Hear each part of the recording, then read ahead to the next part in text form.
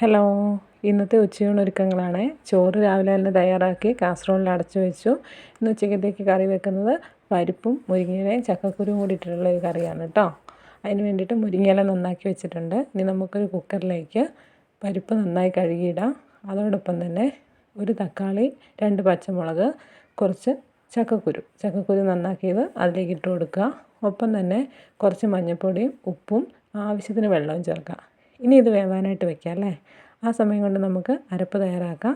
തേങ്ങയിൽ കുറച്ച് മഞ്ഞൾപ്പൊടി ഇട്ട് അരച്ചെടുക്കുകയാണ് കേട്ടോ ചെയ്യുന്നത്. ഇനി നമ്മൾ ഈ മുരിങ്ങയില കുറച്ച് വെളിച്ചെണ്ണ ഒഴിച്ച് അതിലിട്ടൊന്ന് വാട്ടിയെടുക്കണം. ഇത് കറിക്കൊരു പ്രത്യേക ടേസ്റ്റാണ് കേട്ടോ വരുന്നത്. നമ്മൾ സാധാരണ മുരിങ്ങയില വെക്കുമ്പോൾ ഈ കറിയിലേക്ക് മുരിങ്ങയില ഇട്ട് കൊടുത്ത് വേവിക്കുകയാണ് ചെയ്യുന്നത്.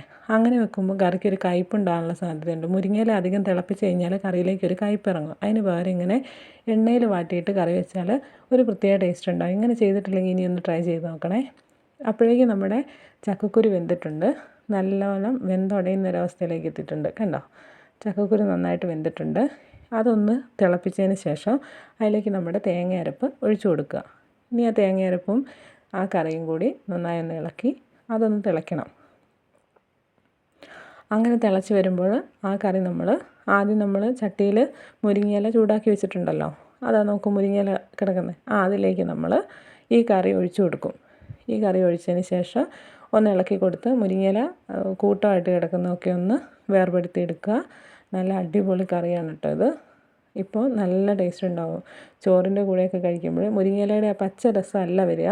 ഇങ്ങനെ ഇളക്കി നമ്മൾ എണ്ണയിലിട്ടൊന്ന് ചൂടാക്കിയിട്ടിടുന്ന മുരിങ്ങയിലയ്ക്ക് വേറൊരു ടേസ്റ്റാണ്. ഇനി അതിലേക്ക് കുറച്ച് വറവും കൂടി ഇട്ട് കഴിഞ്ഞാൽ നമ്മുടെ ചക്കക്കുരു മുരിങ്ങയില കറി ഇവിടെ റെഡിയാണ്. കാണുമ്പോൾ തന്നെ കൊതിയാവുന്നില്ലേ. എനിക്ക് വളരെ ഇഷ്ടപ്പെട്ടൊരു കറിയാണ് കേട്ടോ. മക്കൾക്കും ചോറിൻ്റെ കൂടെയൊക്കെ കഴിക്കാനായിട്ട് വളരെ ഇഷ്ടമാണ് ഈ കറി. ഇനി ഇത് കൂട്ടി ഒന്ന് ചോറ് കഴിച്ചാലോ. അപ്പോൾ ചോറെടുത്തിട്ടുണ്ട്. അതിലേക്ക് കുറച്ച് മുരിങ്ങയില ചക്കക്കുരു കറി ഒഴിക്കുന്നുണ്ട്. നല്ല കുറുകിയ ചാറാണ് കേട്ടോ. ഇന്ന് നമുക്ക് മീൻ കിട്ടിയത് ചരികളായിരുന്നു. ചരികൾ പൊരിച്ചതുണ്ട്.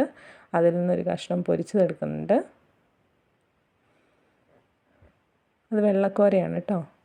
ഇനി അതിൻ്റെ കൂടെ തന്നെ നല്ല നാരങ്ങ അച്ചാറുണ്ട്. അച്ചാറും ഒരു കഷ്ണം എടുത്തു. ഇനി നമുക്കിതെല്ലാം കൂടെ കൂട്ടിയിട്ട് ചോറ് കഴിക്കാം. ആദ്യം തന്നെ ആ കറി കൂട്ടി നന്നായി കുഴച്ചിളക്കി അതിലേക്ക് കുറച്ച് അച്ചാറും ഒരു കഷ്ണം മീൻ പൊരിച്ചതും അതിൻ്റെ കൂടെ തന്നെ കുറച്ച് അച്ചാറും കൂടി ചേർത്തിട്ട് നന്നായി ഒന്ന് കുഴച്ചിട്ട് ഒരു പിടി പിടിക്കുക. നല്ല രസമുണ്ടാവും അല്ലേ.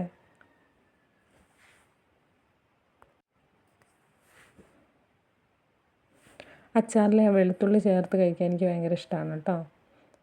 അങ്ങനെ നന്നായിട്ട് കുഴച്ച് നമുക്ക് അങ്ങനെ കഴിക്കാം. ഇനി നമ്മൾ അതിൽ കിടക്കുന്ന ചക്കക്കുരുവിനെ കൂട്ടിയിട്ട് ഒന്ന് നന്നായിട്ട് കുഴച്ച് ഉടച്ച് ചക്കക്കുരുവും കൂട്ടി അങ്ങനെ കഴിക്കാം.